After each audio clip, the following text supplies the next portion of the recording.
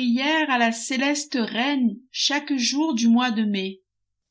Reine immaculée, céleste mère, c'est votre cher enfant qui vient sur vos genoux maternels s'abandonner dans vos bras et implorer de ses plus ardents soupirs, en ce mois qui vous est consacré, la plus grande de toutes les grâces, que vous me fassiez vivre dans le royaume de la divine volonté. Sainte Mère, vous qui êtes la reine de ce royaume, permettez à votre enfant de vivre en lui, afin qu'il cesse d'être un désert et soit peuplé de vos enfants. Je me confie à vous, reine souveraine, pour que vous guidiez mes pas vers le royaume de la divine volonté. Et tenu fermement par votre main maternelle, vous guiderez tout mon être, afin que je vive d'une vie éternelle dans la divine volonté. Je pourrai être ainsi assurée de ne jamais sortir de son royaume. C'est pourquoi je vous supplie de m'éclairer pour me faire comprendre ce que signifie la volonté de Dieu. Je vous salue Marie, pleine de grâce. Le Seigneur est avec vous. Vous êtes bénie entre toutes les femmes, et Jésus, le fruit de vos entrailles, est béni. Sainte Marie, Mère de Dieu, priez pour nous, pauvres pécheurs, maintenant et à l'heure de notre mort. Amen. Petite fleur du mois. Matin, midi et soir, c'est-à-dire 3 fois par jour. Montons sur les genoux de notre céleste Mère, et enlacés dans ses bras, disons-lui. Maman, je vous aime, aimez-moi vous aussi, et donnez à mon âme une petite gorgée de la volonté de Dieu. Donnez-moi votre bénédiction, pour que j'accomplisse toutes mes actions sous votre regard maternel. 7e jour. La Reine du ciel dans le royaume de la divine volonté prend le sceptre de commandement et la sacro-sainte Trinité la constitue sa secrétaire. L'âme à la divine secrétaire. Maman reine, me voici prosternée à vos pieds.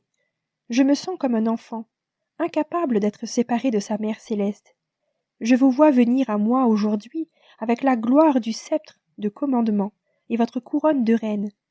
Mais vous êtes cependant toujours ma mère. Tremblante, je me jette dans vos bras pour que vous me guérissiez les blessures que ma volonté a causées à ma pauvre âme.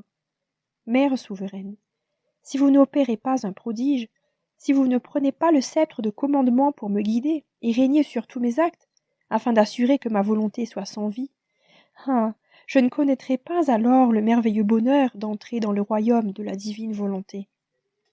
Leçon de la Reine du ciel. Ma chère enfant, viens dans les bras de ta mère.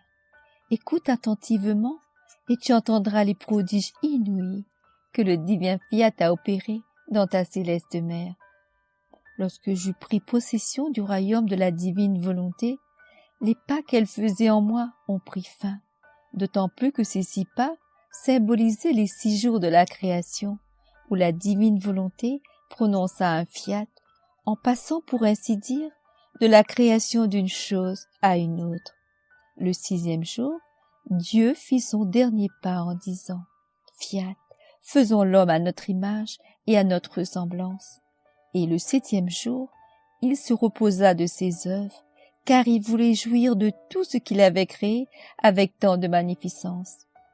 Et Dieu, dans son repos, contempla ses œuvres et dit « Que nos œuvres sont belles, tout est ordre et harmonie. » Fixant alors son regard sur l'homme, et dans l'ardeur de son amour, il ajouta « Mais tu es plus beau encore, tu es le couronnement de toutes nos œuvres. » Ma création surpassait tous les autres prodiges de la création, et par conséquent, la divinité voulut avec son fiat faire en moi ces 6 pas, et elle commença sa vie pleine, entière et parfaite dans mon âme.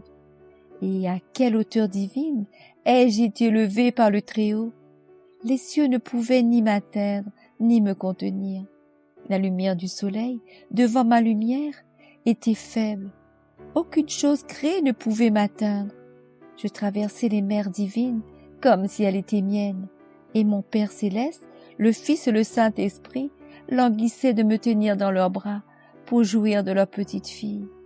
Et oh, quelle n'était pas leur satisfaction en entendant que je les aimais, que je les priais et que j'adorais leur suprême grandeur. Maintenant, écoute-moi, mon enfant. La divine volonté, dans un excès d'amour envers moi, me dit « Très chère fille, notre amour ne peut résister. Il suffoquerait de ne pas te confier nos secrets. Par conséquent, nous te choisissons comme notre fidèle secrétaire. Nous voulons te confier nos peines et nos décrets. Nous voulons à tout prix sauver l'homme. Regarde-le se diriger vers le précipice. Sa volonté rebelle le tire continuellement vers le mal, sans vie, sans force, sans le soutien de notre divine volonté. Il est sorti de la voie de son Créateur et rampe sur la terre, faible, maladif et accablé de tous les vices. Mais il n'y a aucun moyen de le sauver, aucune façon de l'en sortir, autrement que par la descente du Verbe éternel, qui prendra sur lui sa pauvreté, ses misères et ses péchés, pour fraterniser avec l'homme, le gagner par l'amour et des souffrances inouïes, lui redonner confiance et le ramener dans nos bras paternels. Oh, combien le sort de l'homme nous cause de peine. Notre chagrin est grand et nous ne pouvons le confier à personne, car, sans avoir la divine volonté qui le domine, nul ne pourrait jamais comprendre notre douleur ni la gravité des maux de l'homme tombé dans le péché. À toi qui possèdes notre fiat, il est donné de pouvoir comprendre et, par conséquent, comme secrétaire, nous voulons te dévoiler nos secrets et placer entre tes mains le sceptre de commandement pour que tu puisses régner et gouverner sur toutes choses. Ton empire domine sur Dieu et sur les hommes, et il nous ramène nos enfants régénérés dans ton cœur maternel. Qui pourra dire, ma chère enfant, ce qu'a ressenti mon cœur à ce discours divin? Un sentiment de douleur intense a pris naissance en moi, et j'ai résolu, même au prix de ma vie, de conquérir Dieu et la créature et de les réunir. Mon enfant, écoute ta mère. J'ai vu ta surprise en écoutant le récit de ma possession du royaume de la divine volonté. Sache que tu as toi aussi ce destin.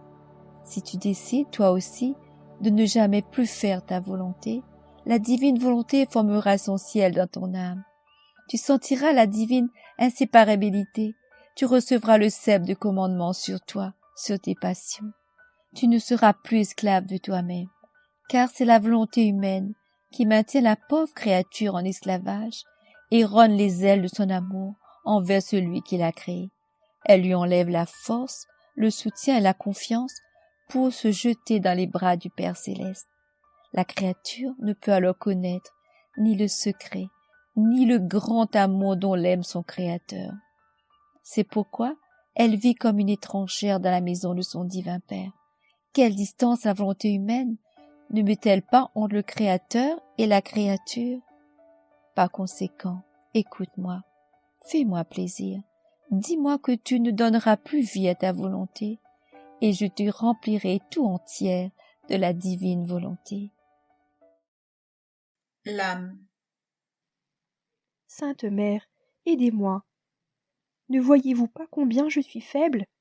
Vos merveilleuses leçons m'émeuvent aux larmes et je pleure sur le grand malheur d'être si souvent tombée dans le labyrinthe de ma volonté et de m'être écartée de la volonté de mon Créateur. Oh, traitez-moi comme le ferait une mère. Ne m'abandonnez pas à moi-même. Par votre puissance, unissez la divine volonté et la mienne.